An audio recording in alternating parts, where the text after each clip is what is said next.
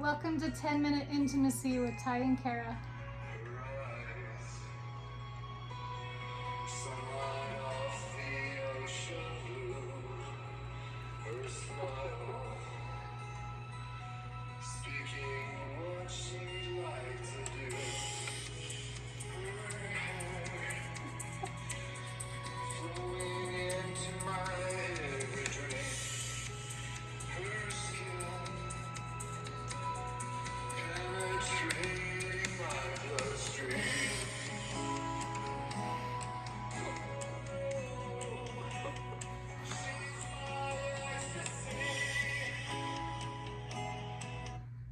Okay, I love that song. You guys have to go look that song up. Tyson wrote and composed that song. It's called Ecstasy, and you can find it on all the music channels.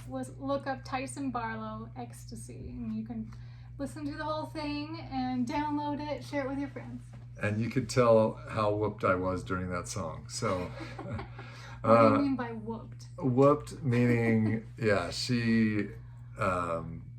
I was definitely completely taken by Kara, and so it was so fun to fall in love with her, to get to know her on a deeper level, and then to experience what I experienced with her early on, as well as just as we've grown together, has been amazing. And so that song was definitely written when I was smitten. No, but yeah, it was really kind of a fun song to write. And so, and I love doing that. It's something that's kind of a fun sandbox for me and for Kara, is writing, whether it be songs, books, whatever. We like to write, and we feel like it's a good source for us to put out our thoughts and feelings in story form and in song form. So Kara wanted me to speak a little bit to us kind of coming together, maybe the state of mind I was in when I was on a dating app looking for a friend, right?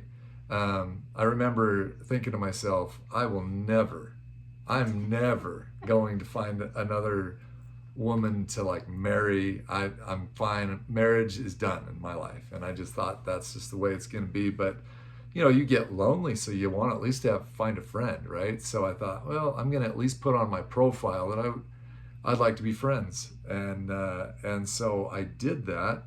And I did, quite a bit of dating after, my last divorce. And I found out a lot of interesting things, met a lot of interesting people. But the coolest thing that I found was Kara. And so when our first date, I remember, her profile was so funny that I had to meet her. I had to get to know her, because she was like, if you don't like this, and this, move on. And it was hilarious. And it was like her voice kind of came through nice and quiet, but it hit pretty, hit pretty hard. Over it. I was a little bit ahead in the kind of friends dating, but with the purpose of, I really wanted to find a life partner, but my dating experience was not so great. And I'm like, I'm freaking over it. This is where I'm at in my life. I got 2 young kids. I'm looking for a life partner. If that ain't you, move on and don't waste my time. I literally put that on my profile. And the funny thing is, I was not looking for a life partner. I was looking for a friend. And so it was funny, because we were not looking necessarily for the same things. But the cool thing is, when I met her, so I step out of the truck, and I've got the lunch that we had kind of previously talked about, and I look over, and I'm like, whoa, like, she obviously very attractive, and I also felt like I kind of knew her from somewhere, and so it just felt kind of more on a energetic level, very awesome, very sweet. And she was very sweet, beautiful smile, and she gave me a beautiful hug right out the gates, and it was it was just kind of a really cool, meeting, first meeting. And something I really loved about Kara right out the gates is as we were walking, we found a nice spot kind of right by the river to kind of lay down a blanket. We had a little picnic thing going there, and I just remember listening to her and what she truly was into, what she liked, what she wanted out of life, what her philosophy was about life, and the more I kind of got to know her on that first date, just listening, I was like, wow, she is an amazing woman already. I love her, but I can't tell her that. I also can't be getting into any relationships right now, so I'm like all over the place. I'm like in my head, but I just tried to sit and listen anyway, right? And so at this point, I remember walking back to our vehicles after we had kind of met and had our initial lunch together, and I listened kind of to her and she listened to me, and I just remember staying like 6 feet away from her because I'm like, I am not getting into any relationship. This is not happening, but then there's this other part of me that's like, well, Ty, she's beautiful, she's smart, she's somebody that is kind of aligned with some of the things you really love. Are you sure you want to just kind of not pursue her, a little bit further? And so I thought to myself, well, I got to at least try out a kiss, so that's kind of what I was thinking to myself is, well, how can I do that? Because I've stayed 6 feet away from her the entire time. And so I just remember how funny it was, and I might let her kind of take the reins here on what kind of took place after that. It was really funny because he had really made it clear that he was looking for a friend. He didn't want to jump into anything too soon, right? And whatever.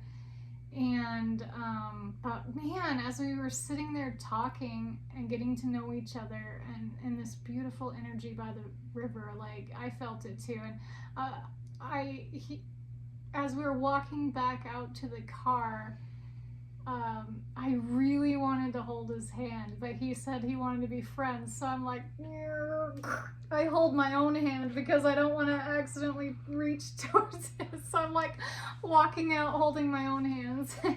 And then this person in the park, this man who was clearly intoxicated, walking sideways, started walking directly up to us, and it was really awkward and weird, and I'm on the side that this man is coming towards, and I'm like, okay, wait, my whole 17 years of marriage, I wore the pants and had to be the freaking protector with the flaming swords and the karate chop moves, and I'm like, I'm not doing that.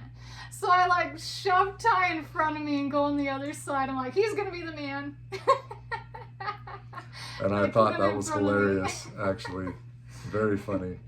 And so I loved that. It kind of got, it kind of tickled my funny bone as she did that, and then I'll let you continue, sorry.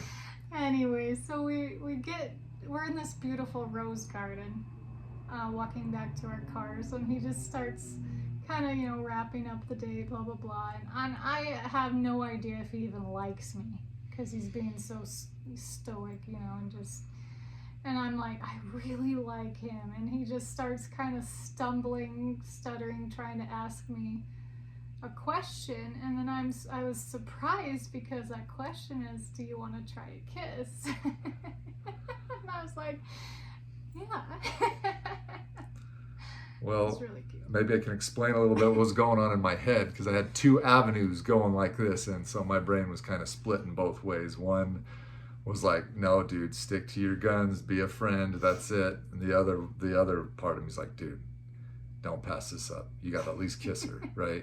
And so I'm going through both ways, and so the stumbling was kind of an arm wrestle in my own head, and then obviously the one that wanted to kiss her won, and so I did ask her for a kiss, and she accepted, and it was a beautiful kiss. It was awesome, and I remember leaving that date just thinking, oh man, I already met somebody I really truly want to, spend more time with already, and I loved her energy, I loved her vibe, and um, I was so like, I think starved for the right vibe that one felt like I had been around her before, and I just needed more time with her. And so I just was very excited to see her a second time. And so, yeah, I'll turn it to you. We're over a 10-minute timeline already, but we're gonna keep going for just a second. One cool thing that happened before, as I pulling up to the parking lot in my car before we met, like as the date is getting started, my spirit guides often give me signs with like feathers and numbers. And so I went to put my sunglasses on, and a feather that I had in my car had stuck to my sunglasses. And I'm like trying to, it's a light feather, shaking it, trying to get it to fall off. It would not come off my sunglasses. So I'm like, okay, I'm paying attention, right? And I just left the sunglasses in the car because I couldn't get the dang feather to come on. Anyway, I walk out and I'm just smiling, and I really felt such a beautiful, peaceful energy, and I just smiled, and we saw each other for the first time, and it was just this beautiful moment. And like he said, when you find your right person, right? And that first date was a complete game changer. And from there on out, it was like, okay, let's really explore this, and it was really fun. So what are we going to talk about in our process group this week, babe? So it would be really nice to hear from all of you as far as like you're coming together.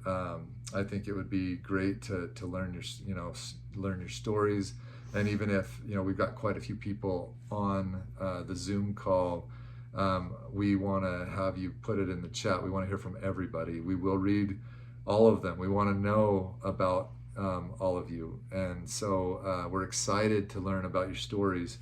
And I think the initial stories of coming together is actually very beautiful, and I think there's a lot of value at remembering the energy that happened in that first date and keeping that going throughout your entire relationship. And I feel like that's something that Kara and I, 1 year later after meeting, we've kept it going and have strengthened it, and it's gotten better and better. And so I'm hopeful that as we are working with you all, that you'll find value in remembering the energy that you started with, and nourishing it, and not letting it fade, but strengthening every part of it, and being very intentional about how you treat one another. Right. There's that saying, oh, the honeymoon phase is over. Well, it never has to be over.